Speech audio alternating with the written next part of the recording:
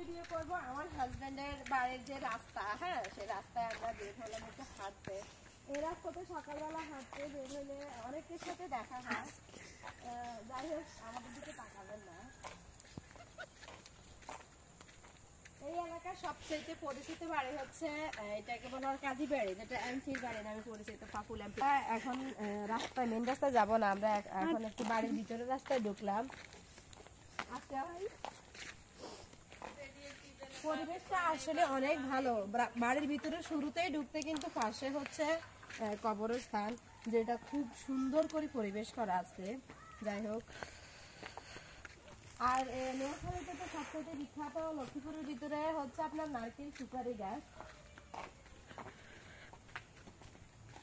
এদিকে ওনারা মানুষের সুবিধার্থে যে এমপি সাহেব আমার হাজবেন্ডের এলাকা সুবিধার্থে কিন্তু একটা হসপিটাল তৈরি করছে অলরেডি। যাই হোক, যে কোনো কারণবশত হসপিটালটি আপাতত অফ আছে, তো সবাই একটু দোয়া করবেন যাতে করে উনি আবার হসপিটালটা ঠিক করতে পারে, মানে মানুষকে সেবা দেওয়ার জন্য।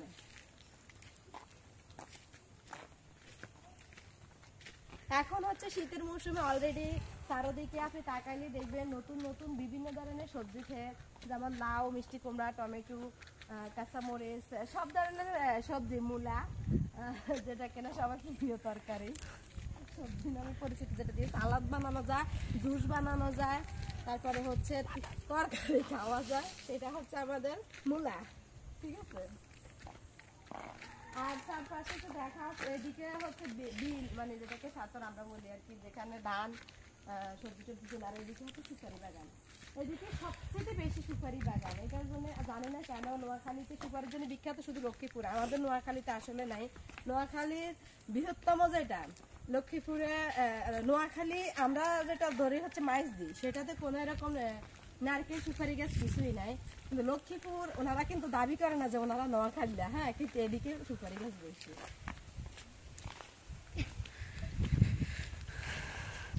শীতের সময় মানে বাতাসটাও শরীরে একদম লেগে যায়, এসির বাতাসটা এতটা ভালো লাগে না।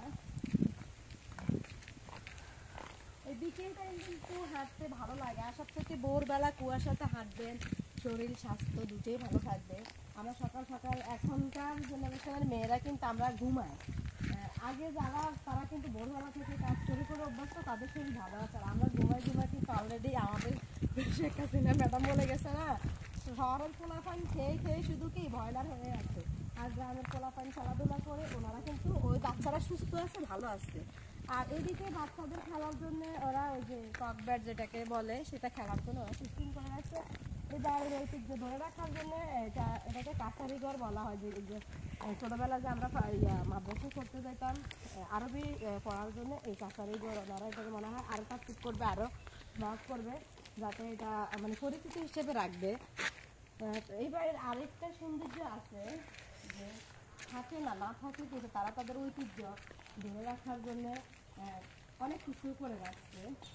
যাই হোক, আমি বাড়ির ভিতরে যাবো না, গাটলা পর্যন্ত আসছি। এখানে একদম চাইলে সমস্ত সুইমিং সিস্টেম হবে, এখানে যেহেতু পানির ওয়াটার লাইন করা আছে। এই ঘাটলাটা আমার কাছে বেশ ভালো লাগছে, বিদে আমি ঘাটলা চলে আসলাম। আপনাদের সাথে একটু দেখা ঘুরে ঘুরে, ক্যামেরাটা একটু ঘুরে ঘুরে দেখা। এখানে বসবো, চা কফি সব কিছু খাওয়া যাবে, তবে আমার জন্য না, যারা বাড়ি তাদের জন্য আর কি।